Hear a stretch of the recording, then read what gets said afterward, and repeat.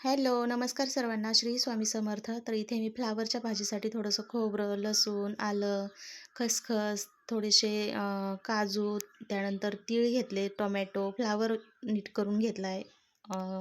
त्यानंतर एक मोठा कांदा कट करून घेतला आहे. 1 वाटी वाटाणा सोलून घेतला आहे आणि कोथिंबीर चिरून घेतली आहे बारीक. आता आपल्याला कढाईमध्ये 1 चमचा तीळ, फक्त 1-1.5 मिनिट आपल्याला भाजून घ्यायचे आहेत. त्यातच आपल्याला 1 चमचा खसखस घालायची आणि हे दोन्ही मिळून आपल्याला 1 मिनिटभर परतून घ्यायचं आहे.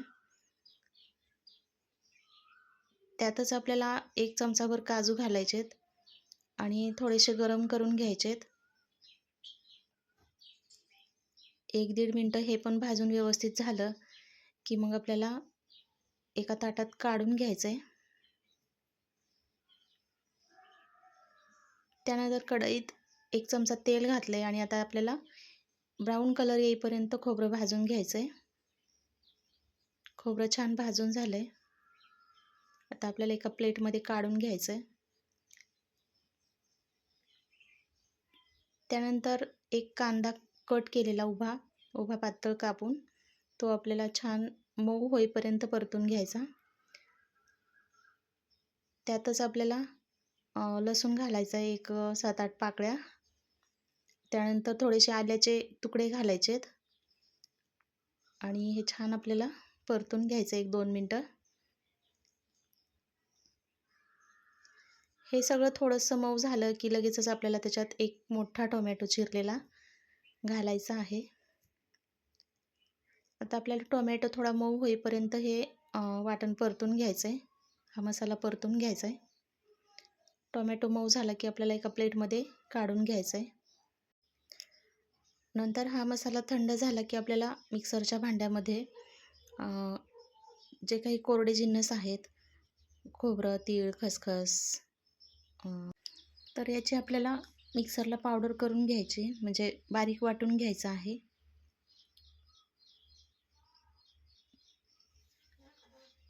तर हे वाटून झालं की मग आपल्याला त्याच्यात जे काही कांदा, टोमॅटो, आलं, लसूण जे आपण भाजून घेतलं होतं तर ते सुद्धा थंड झालेलं आहे आणि आता ते सुद्धा आपल्याला याच वाटणामध्ये घालून आपल्याला एक छान असं वाटण तयार करायचं आहे. अशा पद्धतीने वाटण करतानाच तुम्ही कोथिंबीर घालू शकता किंवा मग भाजीला फोडणी दिल्याच्या नंतर वरूनही तुम्ही कट करून टाकू शकता.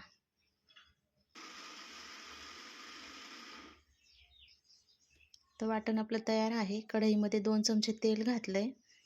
तेल थोडंसं गरम झालं की आपल्याला त्यात जिरं घालायचे आणि काही थोडेसे खडे मसाले घातलेत. त्यानंतर जे काही वाटण केलं आहे ते वाटण घातलं. आता आपल्याला हे वाटण 1-2-3 मिनटं, कारण आपण सगळं ते भाजून घेतलेलं असल्यामुळे खूप जास्त वेळ भाजायची गरज नाही. तर 1-2-3 मिनटं भाजून घ्यायचं, म्हणजे परतून घ्यायचं. त्यानंतर लाल तिखट आहे, धना पावडर आहे, हळद आहे आणि आपला घरगुती काळा मसाला थोडासा टाकला.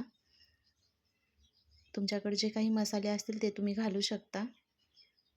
आणि 1-2-3 मिनटं परत आपल्याला हे छान परतून घ्यायचं आणि त्यातच फ्लावर घालायचं आहे.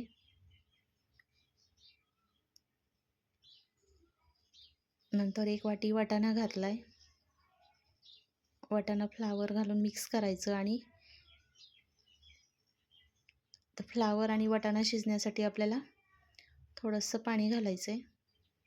तर मी इथं मिक्सरचं भांडं व्यवस्थित असं विसळून त्याच्यात पाणी घातलेलं आहे. आता हे छान मिक्स पण झालं आहे. आता मीठसुद्धा मी घातलेलं आहे, पण कुठेतरी स्किप झालं माझ्याकडून. त्यानंतर अर्धवट झाकण ठेवून ही भाजी मी 7 ते 8 मिनटं शिजवून घेतलेली आहे. बघू शकता. डब्यासाठी 1 नंबर फ्लावर आणि वाटाण्याची भाजी नक्की ट्राय करा. पुन्हा भेटूया अशाच रेसिपी.